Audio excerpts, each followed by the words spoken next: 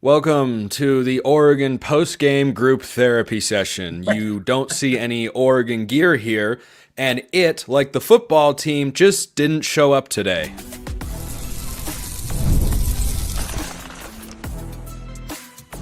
You are Locked On Ducks, your daily podcast on the Oregon Ducks, part of the Locked On Podcast Network, your team every day. Life is suffering, it is all pain, and everything is terrible all of the time. I am still Spencer McLaughlin. That's Brian Smith of Locked On Seminoles and our Locked On Recruiting Insider here at the network. His main job today is to stop me from swearing about what we just watched. We keep it G-rated here at Locked On. This is part of the Locked On Podcast Network, by the way, your team every day. Thanks for making it your first listen or your first view post. I don't know, Brian. How are we describing that? Beatdown, throttling, annihilation. I feel like I need to go full Scott Van Pelt in that old This Is Sports Center commercial where he's using a performance-enhancing drug, but it's a thesaurus. I need this thesaurus to figure out how many different words we can come up with to describe what Ohio State just did to Oregon. I mean, I said all week this felt destined to be a close game because on paper it did. And I watched them play the first time. It's one thing. I'm not surprised that Ohio State won the game, Brian. It was 34-0. It was 34-0. Can you find me even the most diehard Buckeye fan in the throes of YouTube comments that had 34-0 before we hit the half, Brian? Can you show me the person that had that on their bingo card? Holy smokes. In my opinion, the most ridiculous fan base in college football, but they probably didn't have that either. You know what I mean? Like, that was anything that they tried to do. First off, congrats to them. They played great, obviously. They did. But anything they tried to do, the Ducks accentuated it with dumb. That would be how I defined the second touchdown for Jeremiah. By the way, he's a great guy. That is one of the worst quote unquote attempts, because there was no attempt. No, there was no playing attempt. Coverage that I've ever seen. There was a coverage bust. I mean, by the way, remember me telling you he will be the best receiver in college football by the end of his freshman year. Remember me telling you? I was not kidding. You know, I didn't remember that coming into this game, but right as you say that, I now have a recollection of you saying that. And don't help him. I give you props. Don't help him by busting coverages. I give you props for that one, Brian, because I mean that guy's ridiculous. And He's Oregon ready for was the NFL right now. He's a little older than Ryan Williams, but he's ready for the NFL. He has to play 2 more years by. 2 more years. It's going to be gross. Oh man, it was just so. Ryan Williams does too, by the way. I mean, it's something of this. If it makes you feel any better, the guy. But Ryan Williams doesn't feel like he's as good as Jeremiah Smith. Jeremiah is 220 pounds and runs over 23 miles an hour. I don't understand how a freshman is that strong, that fast. I don't know. I just anyway. I want to bring this back to Oregon for a moment. I do want to make one broad picture point because this has been a raging discussion throughout the whole entire playoff. Okay. The blowouts that took place at the hands of Notre Dame to Indiana and Penn State to SMU served as confirmation bias for a whole horde of people who didn't want to see those teams in the playoff or thought they were overrated. It should have been Alabama, who lost to Michigan. Michigan once again. By the way, my hand not being on the same page as where my headphones are located, good microcosm for Oregon's defense here. Nothing is in sync. Nothing. Anyway, so a lot of people were mad that, well, there are these blowout games. There are this. Who's going to go back and retcon to say Oregon shouldn't have been in the playoff? Don't think anyone's going to say that. This is just how college football goes sometimes. This is the way it goes. It's true. Like, Oregon played its worst game of the year, and you could argue Ohio State played its best, especially like in a 5-minute stretch. And they did it early, and Oregon took a punch to the face, and they barely got up off the mat before halftime. I mean, at the end, you got to give them credit for scoring the touchdown and all that, and that's nice. But their defense was obliterated. And you and I had talked about this after the Penn State game, I said, look, there's something wrong with the linebacker. They can't cover. The middle of the field is concerning to me. And Ohio State just – and then, of course, nobody can cover Jeremiah anyway. But then they had the middle of the field. They killed them. Yeah, Oregon has some recruiting things they need to do. Well, they just brought in the best. Oh man, I hate bringing this up in the post game don't here. do it. Don't do it to yourself. Don't do it to yourself. I think I have to, Brian. Okay, if you want, look, I'm just gonna remind you this later. I'm gonna do it to you. You're so right. You're so right. But I know you very well. I can't even get the words out, man. Okay. Live shows are fun. I'm legitimately trying not to laugh. Oregon just went out and recruited defensive backs in a way that we have not seen them do before. And boy, do those guys need to become studs, because there was a deficiency in the secondary comparison here. I thought Jabbar Muhammad played well. I thought Nico Reed was solid, and Jeremiah Smith is just really good. Everybody else that was in coverage for Oregon, horrifically bad football game. Just bad. I want to ask you this, because I watch Oregon quite a bit, but you're a fan and you've watched them forever. Have they had a game, just a secondary, forget the linebackers and D-line for a second. Did they have a game anywhere along the season you're like, why are they so out of sync and missing coverages? Penn State, the Big Ten championship game. It was the biggest thing.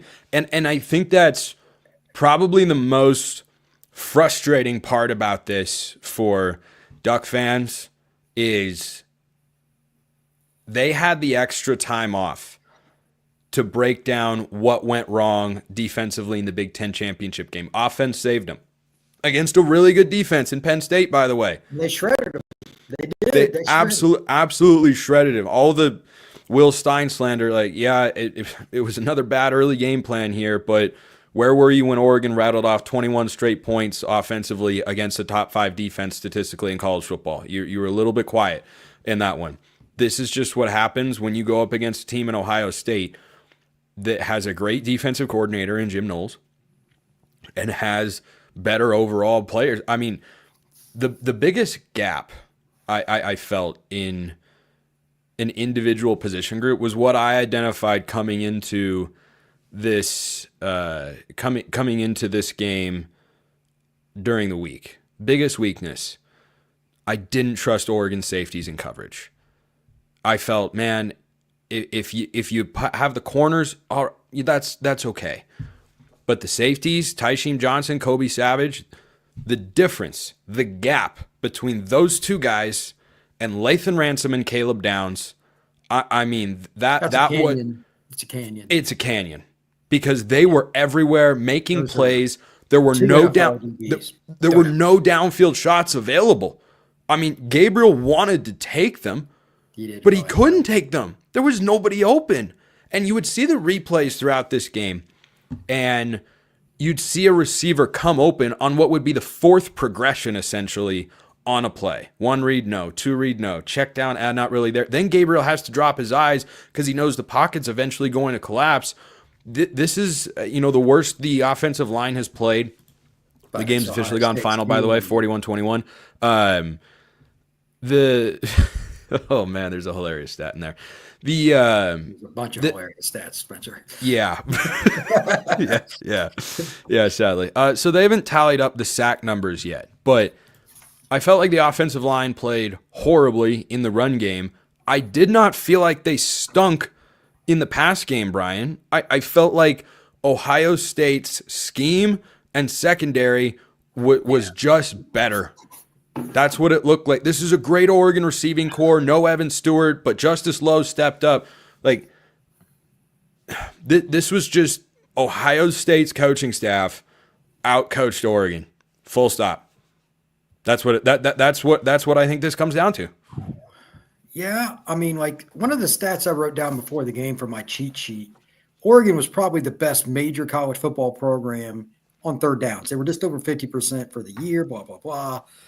In this game, they weren't awful, but it's a little bit jaded because they got some of those starting middle of the second quarter on. They were pretty good, but the first quarter and a half, they were garbage. and they dug themselves such a hole. Obviously, Ohio State had a lot to do with that. But they finished 8 out of 19 for 42%. Here's the ironic part. Ohio State had a low third down percentage. You know why? Because they scored on first and second down. Yeah, because they just threw it. Every one of the first 3 touchdowns were over 40 yards. And then Oregon gave up a 66-yard touchdown on first down, just handing the ball off to Travion Henderson because that was a really generic play. And the guy was in position and then took himself. But that's what I'm talking about. That's not defensive coordinator. That's player. 100%. And I felt like the Ohio State definitely dominated the trenches going both ways, and that played a significant factor into Oregon's struggles on both sides of the ball. You know, my number one key was pressure Will Howard. They didn't do that consistently. He got to sit back there and throw deep balls. And by the way, didn't even come close. The national conversation from myself, others, was Dylan Gabriel's the best quarterback in the playoff. He was not the best quarterback on the field today. He wasn't even in the stratosphere with that. I give Will Howard some credit. That guy, a lot of credit. Of the year to now, just light years. I mean, he was throwing that second touchdown to Emeka Egbuka. That's not bad coverage. Brandon Johnson's right underneath him. If that ball isn't perfectly thrown, Johnson swats the ball away, but it's perfectly thrown to an NFL receiver, and that's, as I said, coming into this game, that's a cure-all. No matter what advantage you have here or there, if you've got a good quarterback and NFL wideouts, there's nothing anybody can do in the college game. What do you think Ohio State averaged on third down completions? Just take a wild guess. Percentage? Per completion, how many yards per completion on third downs do you think the Buckeyes averaged? I don't even know when they had a third down. I don't know, 6 yards maybe? 19. Oh, that's gross. Here's the scary part. Oregon's is 14.3, and they got obliterated. Yeah. Yikes. I mean, major yikes.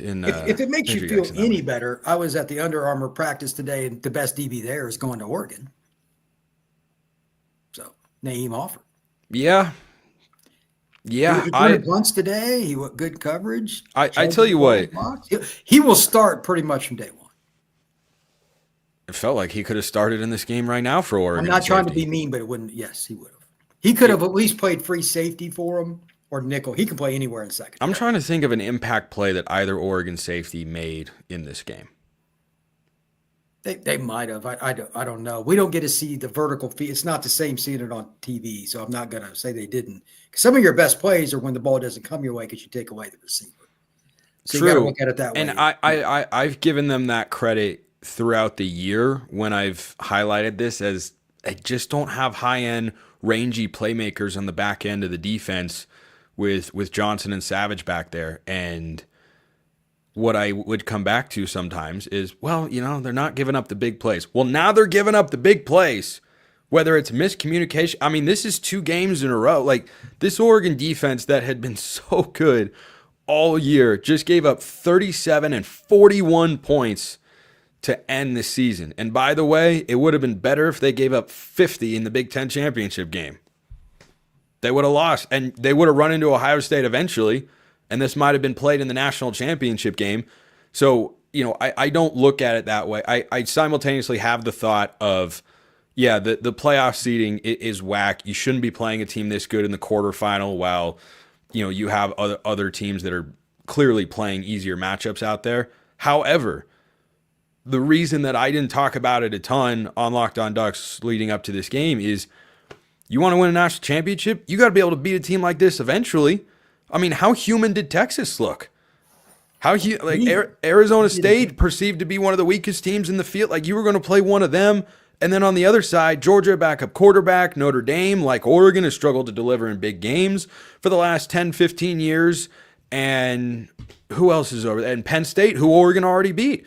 Like, the other side of the bracket is a lot softer, but guess what? You were going to have to play this team eventually. So anyone wants to go out there and gripe about playoff yes, the playoff format should be altered and reseeded, or there are a number of different solutions you could go for there. However, Oregon's goal was not to get to the semifinal. It was to win the national championship.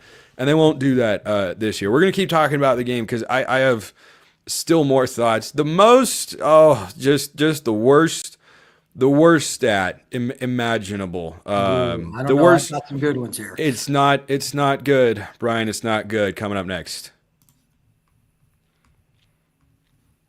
First, a reminder, though, this episode, oh, dang it, I'm not as good at directing live shows as I would like to be, but this episode is brought to you by FanDuel. The NFL playoffs are almost here, and certainly you don't have to worry about Oregon season betting on that anymore, but you can still get in on NFL regular season action with FanDuel, America's #1 sportsbook. Right now, new customers can finish the season strong, unlike Oregon, with $250 in bonus bets if your first $5 bet wins. FanDuel has so many ways for you to pick up a W. You can bet on which players will score a touchdown. Jeremiah Smith would have been a really good option in this particular spot. How many points each team will score? Ohio State over, again, would have been a really good bet.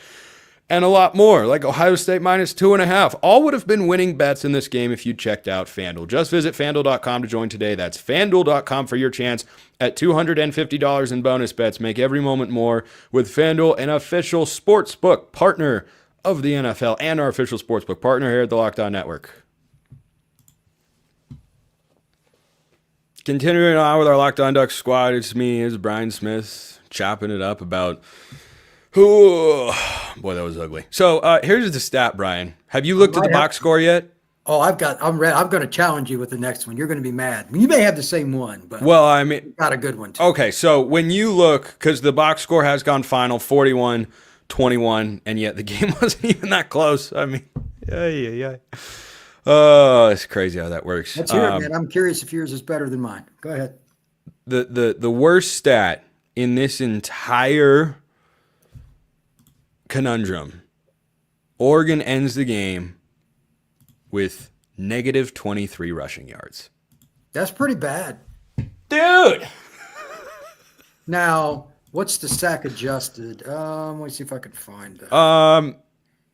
I don't have that in front They of had me. several. Sack adjusted yards. Well, actually, yeah, I can count two. So they had 16 rushing yards. 16. Okay, that's pathetic. Yeah. I think yours is worse than mine, but this one's still really bad. Okay, hit me. In any game, this stat is pretty telling, but this one's just so lopsided. Total yards on first down plays for the Bucks, 284. Total yards for the Ducks, 101. I mean, are you kidding me? They averaged 10.1. The Ducks averaged 3.7. I was talking about a minute ago, third downs didn't matter. That's why they just scored on first and second down. That's why I thought the yards per completion on third down was going to be so low. But the few that they did hit, they hit on those They two. just chucked it down the field on first and second down. I mean, this was... Jeremiah caught the short one, too. You got to tackle the guy, by the way. That would be helpful. Just going to throw that This out was there. copy-paste of the Tennessee game for Ohio State. I mean, literally. They played a little better because, to be honest, they were more interested in this game. I think it's because they lost to Oregon, which makes sense. Tennessee, I don't have any rivalry with whatsoever. So, but, man, like, trying to think. By the way, for my Duck Everydayers out there, that is the saddest second segment sip I have ever had. Well, I mean, it should be. If it wasn't, you probably need something else to be inserted into that sip, but that's another topic all to itself. You know, I don't really drink, but I have for cooking, I have a bottle of white wine in my pantry. I thought about just bringing it on the show. I mean, the only thing else I have in there for cooking is vodka, but that seems aggressive. I would rule against that because vomiting is not fun. Well, so you're right. You're right. Throwing up is decidedly not fun. However, when you are in the throes of such a horrific event, that's the only thing you can think about. So if you're thinking about that, you're not thinking about the fact that Oregon allowed 8 sacks in this game, got 0, and ran on the net for -23 yards, and take out the sack yardage, and boom, you had 16 rushing yards. I have a Oh, question for man. you, then I have a question for Ducks fan. and No, you can sorry, answer not so sorry. I miss 20 rushing yards. 20 rushing yards. Yeah. this. Ooh, yeah, big difference. Number one, barring guys turning pro, how many Ducks will return on the offensive line in 2025? 3? Three. Connerly is one, yes? No, Connerly's done. Well, okay. He'll turn pro. Connerly's not coming back. Okay. They brought in Isaiah World from Nevada and Alex Harkey from Texas State. Those are probably your starting tackles next year. So Cornelius is done. Connerly is done. Harper is done. And everyone else can come back. Now, the number is technically 4 there. It's a bit of a misleading number in terms of the number of guys that come back along the offensive line because the guard rotation is unlike anything I've seen for Oregon. I've seen them use a 6th or even sometimes a 7th guy, but Oregon over the last several weeks, we've seen 4 guards play. 4. Struther, Harper, Iuli, Rogers. All have seen the field regularly. I think Rogers kind of fallen 4th into that rotation, but regardless, like I mentioned this earlier. I don't think in pass protection the offensive line was great. They were not as good as they were in the first game. You can attribute that to rust. You can attribute that to law of averages and things balancing themselves out, which is typically what happens at the college level when you have matchups between NFL caliber guys. Because in the first matchup, you've got those great edge rushers, Jack Sawyer, JT Tuimoloau, and they combine for 0 sacks in the game. Against who? Johnny Cornelius, Josh Connerly, NFL tackles. Well, if you play those games between those caliber of guys 10 times, you're not going to win every matchup. It's just the way it goes. You know, the one that pops in my head with this is last year when current, now former Duck since he's played his last game, Jabbar Muhammad was at Washington. Oregon played Washington twice. Up in Seattle, Troy Franklin got the better of him. Absolutely cooked him. Drew a pass interference, deep passes down the field. Franklin had a huge game. Second go-round, Pac-12 title game, Franklin got boxed in. And so that's just what it looked like to me is Oregon's tackles had the better day at Autzen, and Ohio State had the better day today in Pasadena. So yeah, anyway, that was what I thought on that. But again, I didn't think they were all that horrible. I just felt like there was no one open down the field. You know, going back to something else we mentioned earlier, Brian, I'm sure I'm going to get flooded. I've already been flooded with questions about why did this happen? What's going on? This coaching staff had a great roster, Ohio State. Oregon came in with a great roster. When you get to that point, and I mentioned this on my show earlier this week, this is how it played out. It comes down to which coaching staff has the better game plan and the better adjustments. And that was just Ohio State. They had both today. They had both. 100%. That's what this came down to. Because, you know, all offseason, I talk about this team and the roster and where the weaknesses are. And yeah, the safeties were not the best in coverage or tackling or doing anything today. But still on the whole, it should not have looked like that, except Lanning and company got outcoached by Ryan Day and Chip Kelly, who everyone has been trying to write off for such a long time, and it turns out he still does know a little bit of football. The reason I brought up the offensive line, and I know Dylan from when I used to cover UCF, great guy, by the way. He can win you games systematically, but he doesn't have a cannon for an arm, because if he did, he'd be in the NFL already. He probably made more money this year by playing for the Ducks than he would have in the NFL. I don't know if he'll make an NFL roster. He's unbelievably accurate. But well, they mentioned on the broadcast, Herb Street and Fowler, that last year he got an undrafted free agent grade. Did he really? Yeah, that's one of the reasons that he came back and wanted to go to Oregon. I'm sure he's got a slightly higher grade, but I don't think it changes a ton. Look at how many times the ball was batted down at the line of scrimmage. I'm 5'10", and I look right at him in the eyes. Yeah. He's about 5'10". That's the problem. He can't teach height. But anyway, great guy, but he doesn't have a gun. Obviously, he had some knockdown today, and he needs, like, he's very good off play action, waggle, bootleg. To do that, the stat that you brought up a minute ago that was so atrocious is the key. And the O-line got their hats kicked in. O-line got destroyed schematically, one-on-one block, zone block, whatever. They lost, and lost a couple more times. 2nd and 8. 20 rushing yards. There is no play call for 2nd and 8 that is desirable.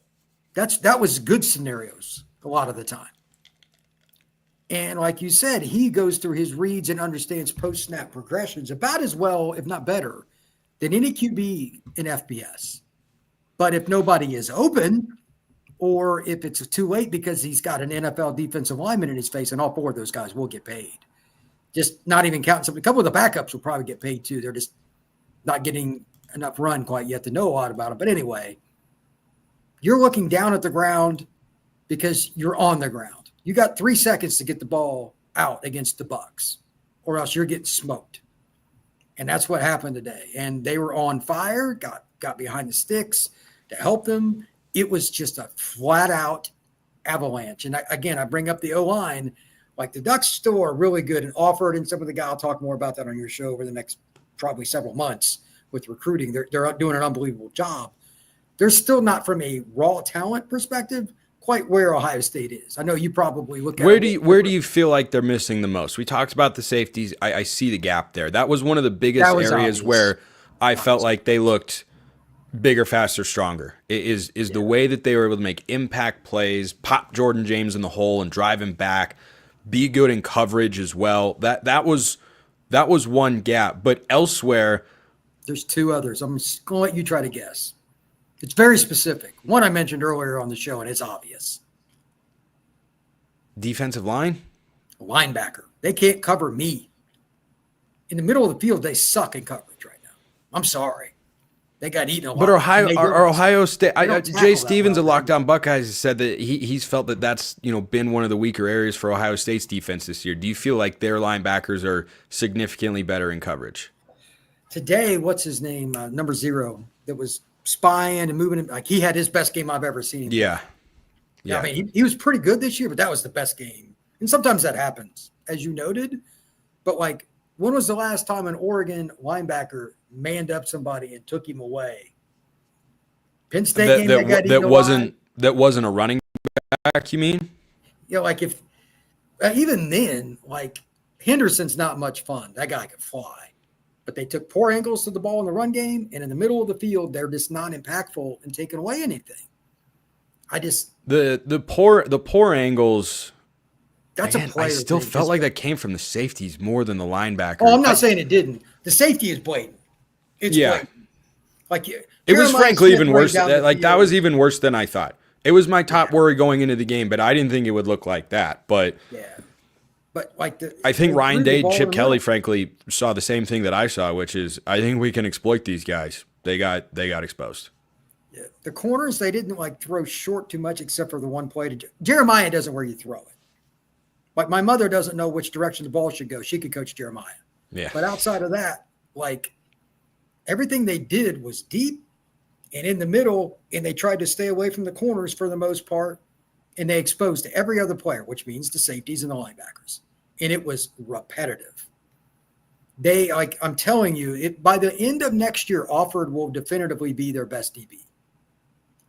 And I know Offord because I live in Alabama. I've seen him. You have to see it to understand it. That is a flat-out 3-and-out NFL player. Well, that would be That's kind of helpful. That would be preferable. That would be helpful. He can play any of the 3 spots in the second. Doesn't make any difference. It still seemed to me, Brian. I hear you on a couple of the position groups that were different, but Oregon's got NFL guys littered all over the roster. Yeah, they do. And coaching's got to take some culpability here too. Yeah, I think that this will be something we will certainly continue to discuss as we let the thoughts marinate and analyze all this stuff. But that to me felt more like a coaching difference than a roster difference. That's the way it looked to me. I mean, I watched them play the first time, and Oregon won the game, and Oregon made a bunch of mistakes. Oregon had an interception that didn't get reviewed that they should have gotten that led to the first Ohio State touchdown. They missed a field goal. They missed an extra point, missed a 2-point conversion, and twice inside the 5-yard line came up with 3 points. They did all that and still won the game. So I think the game plan in that game was just significantly better. The execution on the actual day of the game was better. I don't know if it was because of the long layoff. Oregon certainly looked rusty going both ways, but they didn't really find their footing. Like when it got to 14-0, I'm going, okay. Something I told Oregon fans on my show from earlier today. Don't overreact to the first half.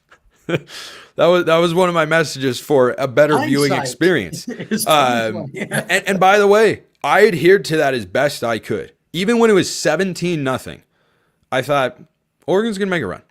Like, this is not great, but this is not over. Oregon's getting the ball at half. You can stack possessions. And they ended up going on a 15-0 run. The problem is they were staring at a 34-0 hole. If you had even made that... If it was 21-0, they had a chance. A 24-0 hole at the half. Or 24, and then they get that touchdown, and it's 24-8. That's suddenly a drastically different game. But because they just kept having those defensive lapses, I mean... I don't know. We've got more to talk about with that, because I think there is something to it, and I want to talk about the dynamics of they played once and they played another time, and what that means for the staff. That's coming up next. Coming up right now, though, is Rocket Money. So if you've got subscriptions you're paying for twice, you might not know about it. Rocket Money will help you out. Rocket Money is like having a personal assistant for your finances. Rocket Money is a personal finance app that helps find and cancel your unwanted subscriptions, monitors your spending, and helps lower your bills so you can grow your savings. It brings together everything in one place, whether it's subscriptions, your spending habits, or even the goals you want to hit this year. Rocket Money has over 5 million users and has saved a total of $500 million in canceled subscriptions, saving members up to $740 a year when using all of the app's premium features. So make sure you get your unwanted subscriptions canceled and reach your financial goals faster with Rocket Money. Go to rocketmoney.com/lockedon today. That's rocketmoney.com/lockedon, rocketmoney.com/lockedon. So, first matchup, Brian. Oregon comes out and it's back and forth, but the offense is having success, at least in the early going. The defense also forces the turnover, leads to a touchdown, and that play by Derek Harmon in the first matchup was not, Quinshon Judkins put the ball on the ground. That was Derek Harmon just took it away from him. Like, they just looked more ready to go from the jump.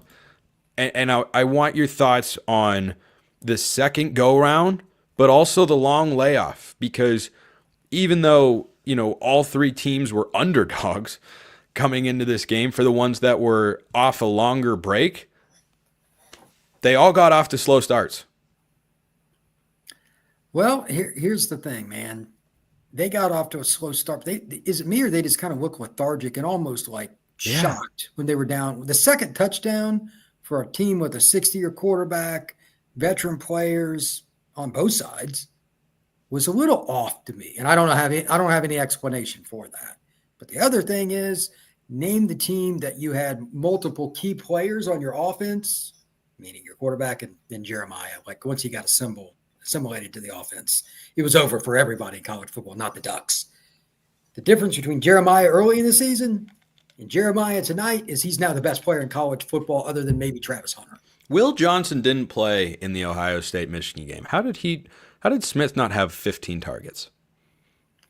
That really might be the worst coaching job of any major college football staff in the last decade. It's truly shocking. Ironic. It's ironic considering how well they prepared for this game. I mean, seriously, not trying to be funny, or like the difference in the two coaching jobs, because you could see the look on Ryan Day's face during the Michigan game. He was scared to death to make a mistake. And so he kept making mistakes. What happens when you play scared or coach scared? You lose. And he did. They had 10 points with Jeremiah Smith not getting the ball. That is criminal. 100%. So tonight he kind of made up for it, because he made sure that they force-fed Jeremiah from the get-go. And again, this just in, 5'10" guys against Jeremiah, bad. Oregon's got to get bigger at corner, safety, etc.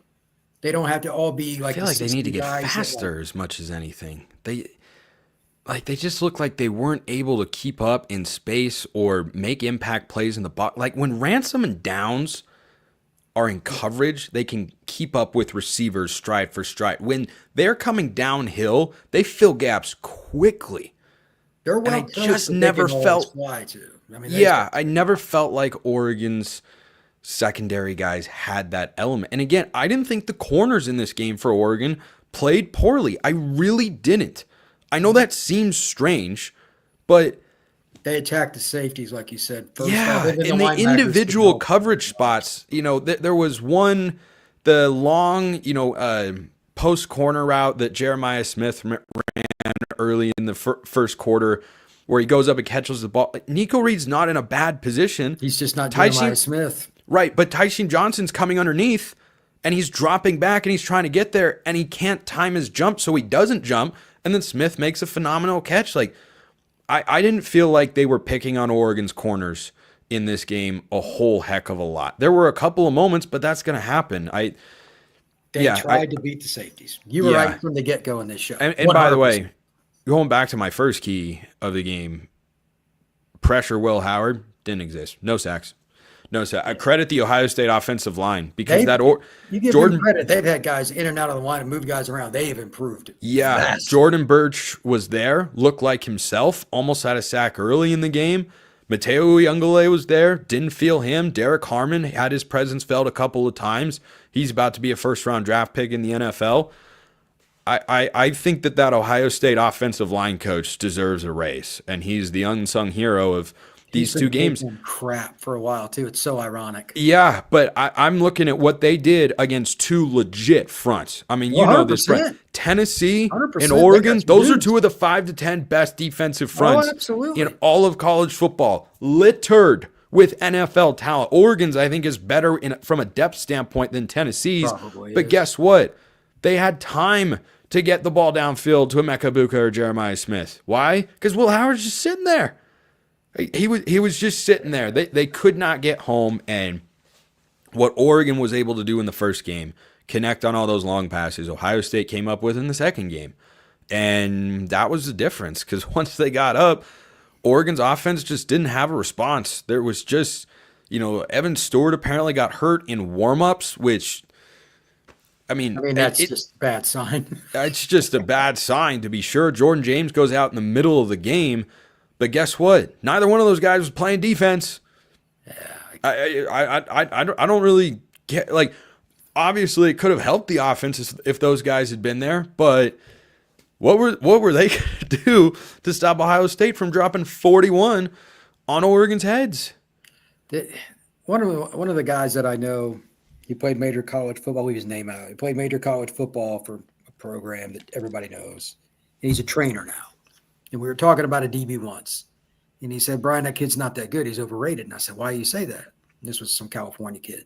He said, he's just playing zone. I'm telling you, down here where we play SEC, if you can't play straight up man, you're not that good. This kid wasn't that big, but he could really run. That's kind of like what I'm seeing like Oregon. They don't have the 6'1.5" corners that can just play cover one, and your safeties can come down in the box and play games against Ohio State. Like the only teams that have had a lot of success against them, you're going to get beat once in a while. You got to be able to play. Here we are, put our butts out there on the edge.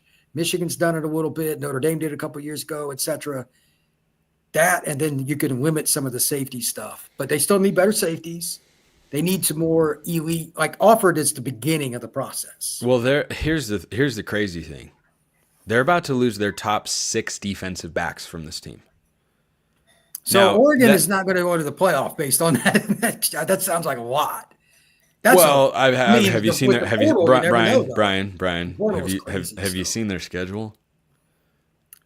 Well, no Ohio State, no Michigan.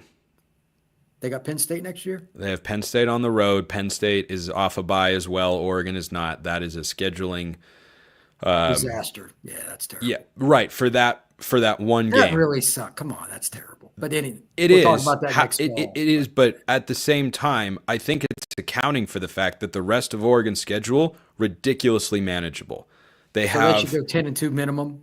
Yes, I think so. As of now, a lot can change, but I'd say 10-2 is still within the realm of possibility for next year, and that should probably get you in the playoffs. So The Tennessee. the other good thing about the schedule is, this year they almost lost to Wisconsin, and that was their 8th consecutive game played on that schedule. Yeah, they were tired. They didn't look Next year they don't have that. They go 4 games by. I need to go back, but there's a stretch where it goes 3 games by, 3 games by, and then the last few games of the year. So it's a lot more favorable. No Ohio State, no Michigan, no Illinois, who could be a really good. Next year. Yeah, Illinois could be real. Illinois. I asked our Locked On Illini guy, Sonny Verma, how many guys are coming back. He said probably 17 or 18 starters. I said, what? He goes, yeah, that's kind of where the collective's focus is at. So anyway, they're focused on retention. I agree. They haven't been good in a long time. It's the first time they've won 10 games since 2001. But yeah, so the schedule works out. The non-conference, you've got Montana State, who might win the national championship at the FCS level on Monday. And then we'll have to try to reload, of course. And then you've got Oklahoma State, Northwestern, and then Oregon State, and then a bye. That's September for Oregon. Oregon State hasn't won in Eugene since 2007. Oklahoma State just went 3-9. Montana State really good, but in FCS really good. Now Idaho scared Oregon, of course, and that's right. And then you've got Northwestern, who missed a bowl game this year. I'm not all that worried about it. So, they'll start strong, and they should be able. And by the way, yeah, playing Penn State on the road when they're off bye, that's certainly difficult in the context of a season. However, I don't think it's out of the realm of possibility Oregon wins that game. I'm not sharping that in as a loss. No. I haven't done that since 2022 in the season opener against Georgia. I was like, yeah, Oregon's going to lose this game. My point is still the same. If you go across the roster, and the Ducks roster as well as anybody, how many guys, man for man, do you think are going to be rounds 1 through 5 across the board? Losing 6 DBs is just insane. Yeah. Of those DBs, one of them, maybe 2, will be at an NFL camp or something. Yeah, I would think Jabbar Muhammad gets drafted. I'm curious to see what happens with Nico Reed. He's a little bit smaller, but Brian, I've watched Ugo Amadi carve out a nice decade or so long career in the NFL. And I mean, Ugo Amadi was fine at Oregon. I did not see him having a 10-year career with as much success. I think Nico Reed is a better player in college than Ugo Amadi was. So 1, maybe 2. Why don't we call it, over-under would probably be 1.5, but I don't think it'd be more than 2 of the 6. Other guys could get camp invites, but yeah, I think that's, based on this game, and frankly, going back to last season as well, it's the biggest area where Oregon has to get better. And the transfer Jabbar Muhammad they brought in, who they're going to have to replace, I think he was as advertised this year. I mean, he's the only guy who had a pass breakup on Jeremiah Smith today. He ran with him across the entire field. I mean, it was 1 rep, but gosh almighty, that was the most impressive thing that an Oregon secondary player did over the course of 60 minutes of football. So, yeah, there's a lot. There are going to be a lot of replacements. They brought in Theron Johnson, a corner from Northwestern. They brought in Thieneman, the safety from Purdue. But, I mean, you saw 7-8 DBs play over the course of this year. Oregon has... they're going to have some guys that'll be ready, I presume, but ready to play. I don't know if they're going to be ready to. I'm telling you, suddenly become all conference guys. Alford's going to start pretty quick, ready or not. They don't have anybody like him. I wonder, because he's a different body type than Aaron Flowers, he's right? 6'1", 195, rocked up. Yeah. And he's super smooth. Well, I wonder about it. I wonder about Aaron Flowers as well. I just thought that he was an interesting guy. But Flowers, again, looks like a slightly taller Kobe Savage to me, where he's physical. He can hit guys down in the box, but I don't know how rangy he is on. See, that's the thing. If you want to put Alford at free safety, he'll play corner, but he can play Thieneman probably is your free safety. But I'm not opposed to having 2 safeties that I feel like are rangy and can play at all 3 levels, because I did not feel like that this defense had that, and it got exposed for the second straight year against NFL wide receivers. Well, that's what I'm saying. The only teams like in Ohio State obviously has the best receiver group when they're hitting their A game. The only way you can stop them is to tell them what's coming and playing man and try to bump them and just bring in heat. Oregon doesn't. That's not their thing. And they didn't get home tonight up front, and their scheme didn't work. But I was disappointed they didn't have a backup plan. They could not, like you said, 0 sacks is unacceptable. I was waiting Against the for. Lions, had changes and everything. That bothers me. Yeah, I mean, they only allowed 7 points in the second half, right? Because it was 34-0 at the break. Yeah, that's true.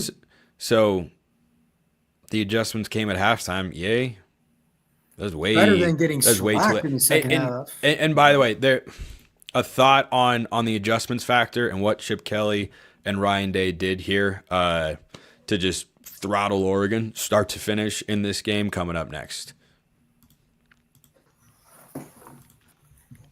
After we talk about FanDuel, because they're bringing this therapy session to all of you out there for the Oregon fans that are tuned in. The NFL playoffs are almost here, but it's not too late to get in on the regular season action with FanDuel, America's #1 sportsbook. Of course, my Ducks are now out of the playoff, and the Seahawks got eliminated from the playoffs last week. Everything's great. I love being a sports fan. It's the best.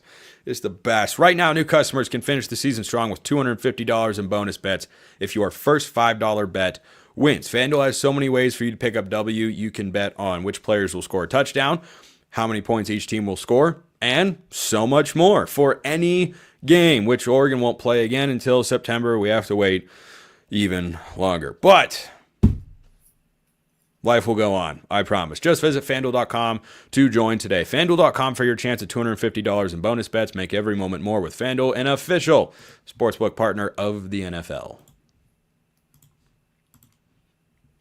So after the Penn State game, Brian, I noticed a couple of things that Oregon struggled with. Tempo, 3 things. Tempo, motion, and formation shifts. Those are some pretty... You know who else noticed that Oregon struggled with those 3 things? His name's Chip Kelly. His name is Chip Kelly, and he noticed that Oregon struggled. What was among the most frustrating elements of this game for Oregon fans is not just that another chance at a national championship goes by the wayside, and you got to wait 9 long months for the season to return. I guess technically 8 months, but you got to wait a long time. It's that Oregon has the extra prep time. They hadn't played since early December, and you saw those problems arise against Penn State in the Big Ten championship game, and still, with all that time to prepare, they were still getting run roughshod over by the same stuff. Put a motion, and all of a sudden the communication, it wasn't there. How many times? Blown coverages, miscommunication, don't handle the shifts and motions, get beat at the line of scrimmage, don't tackle in space. It was all the same problems. Problems, by the way, that didn't exist throughout the year. And this is why, I know this sounds cop-out-ish to some people. This is just a reality that you have to unfortunately accept and deal with as a fan sometime. A game doesn't always make sense. It doesn't always make sense. And it doesn't mean that the evidence you saw that goes against the data point you just got what was faulty or was wrong, because there are times where everything does align in the way that you foresee it. But sometimes you go out and you just don't have it. You don't have the right game plan. You can't make the right adjustments. Don't have the right players. I know we've talked about the roster and secondary a lot on this show, but I keep coming back to, Brian, the game plans on both sides of the ball for Oregon, they weren't there. Because if you're coming at it and say, oh, well, Ohio State was just better, their coaching was just better today. Don't tell me that their roster was so much better than Oregon's that they just dominated. I watched Oregon outrun Ohio State in the first matchup, allow 0 sacks, score in every quarter, and play with them start to finish. Don't tell me it can't happen, that this roster wasn't capable of that. They didn't do it today. That doesn't mean they were incapable of doing it. Doesn't mean that you were wrong for getting hopeful about the idea of them winning this game or winning a national championship. It means they didn't do it today, and you reload, lick your wounds, and go back to square one and say, okay, where do we go from here? And that sucks, because we've been waiting so long for this as Oregon fans to have that one season. I get it. I feel it with all of you out there that are feeling the same thing. But as crappy as it is to say, Brian, answer this trivia question for me. When was Jim Harbaugh hired at Michigan? Hired there? Hired.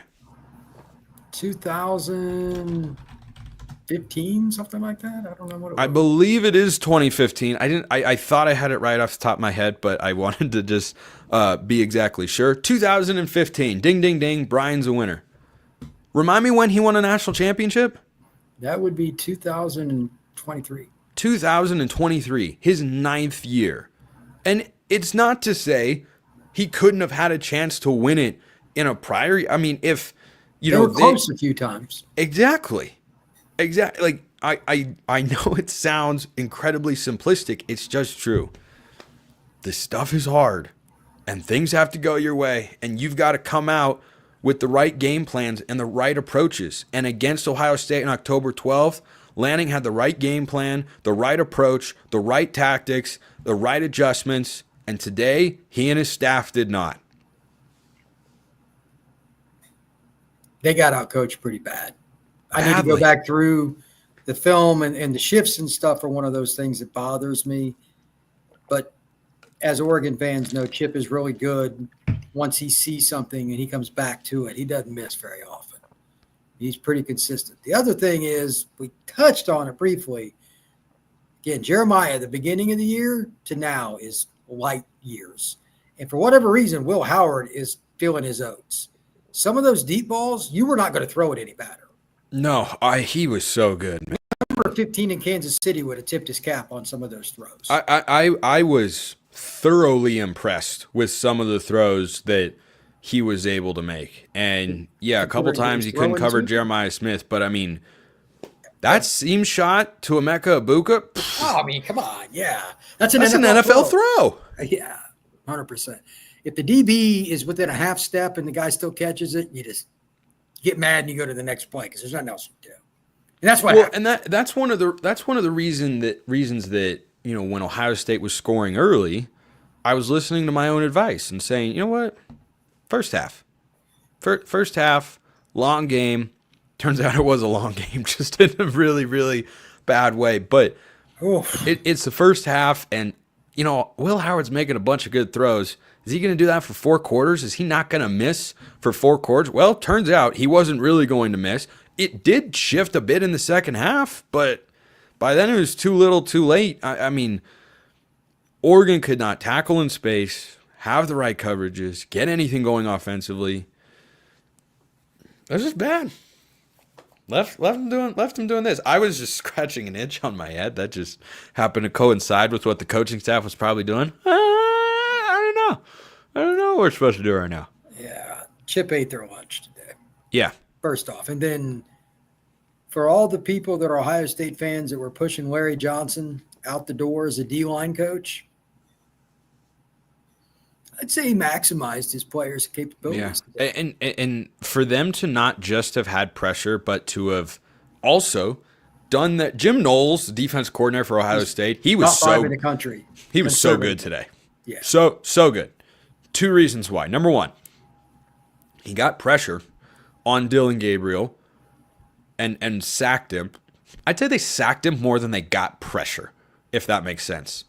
The sack numbers were there, but there weren't that many moments. There were a couple, but there weren't that many moments where Gabriel takes the snap and all of a sudden there's a guy right in his face. It was 3+ seconds, but they tracked him well after the play, which is good for Ohio State, but you're right. Yeah, so the ability to get sacks while also getting pass deflections, usually you see one or the other. They did both. They did both. I mean, lot. Their secondary was on fire. It might have been better. But again, because the defensive line, what I'm talking about is the defensive line got their hands up and just swatted the ball from Dylan Gabriel. They didn't do that in the first game. They did that a whole heck of a lot in the second game. So that's the first reason. The second reason is Oregon's best play oftentimes was call a pass, first read no, second read no, third read no, exit out to the right, scramble drill, throw downfield, which, as anyone who plays EA College Football 25 knows, is incredibly difficult to defend. So Jim Knowles, there was one play in particular where Gabriel got sacked by number 0, I forget his name, for Ohio State. Yeah, he's really good. Cody Simon. Cody Simon. He had a heck of a game. 11 tackles, 2 sacks, another TFL, and a pass breakup. That's a heck of a football game. So one of his sacks was a brilliant adjustment that I saw from Jim Knowles, where he knows Gabriel, as a left-handed quarterback, is having a tendency to exit to the left side of the pocket and scramble down the field. That's how Oregon picked up 21 yards on that third and 22, got the fourth down, kept the drive alive, the whole 9 yards and whatnot. So what he did in that is he actually had an 8-man coverage, technically a 7-man coverage, 3-man rush, and a spy. But he took his defensive tackle and he had him slant to the defensive line's right to take away and kind of wall off that side and made Gabriel, a lefty, exit out the weak side where Cody Simon was waiting for him the moment he left the pocket. Once I saw that play, I thought, oh, Knowles is just better than Will Stein today. And I'm not out on Will Stein. Jim Knowles was just better. He outcoached him, you know? I mean, Tom Allen, the defense coordinator for Penn State, I think he's really good. He's had a really good couple of games for Penn State in the playoffs so far. They could very easily wind up in the national championship game on the back of what he's doing there. Will Stein cooked him in the Big Ten championship game. 45 points. Wasn't able to get a stop when he needed to. But today, that coaching mismatch was on the other foot. And Tosh Luploy on the one side has had some great games this year. But Chip Kelly worked him. And head coach, he's influencing a little bit of everything here. I know there's this perception of, Lanning's a former defensive coordinator and Ryan Day's a former offensive coordinator. It doesn't mean they're not chiming in on the game plan for the other side of the ball. Oh, most definitely. Yeah, like Dan Lanning isn't doing zero coaching of Dylan Gabriel. Like Gabriel talks to Will Stein the most. It's not like he and Lanning don't ever communicate during games, or Ryan Day doesn't ever pull a DB aside and say, hey, when you see this coverage, you got to get, all that sort of stuff. They got outcoached. They got outcoached for a staff that might have to win a national championship to keep their jobs, at least in the eyes of some people in Columbus. That's the case.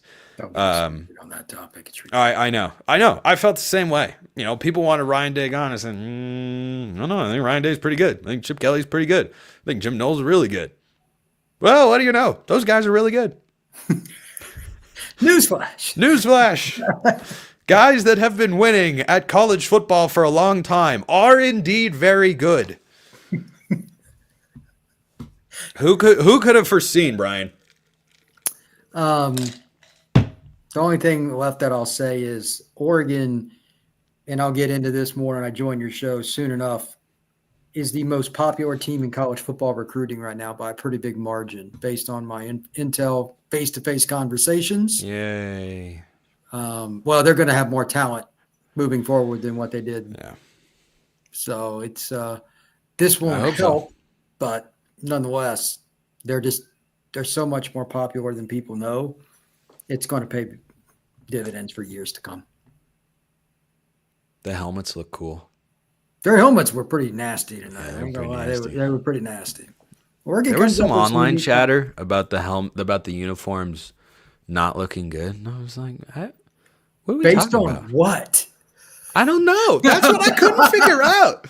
I'm a cynic. I feel like it just comes from the crowd that always want to criticize something or always want to criticize Oregon's uniforms. And, against Washington in the Big Ten championship game, they wore a lot of black.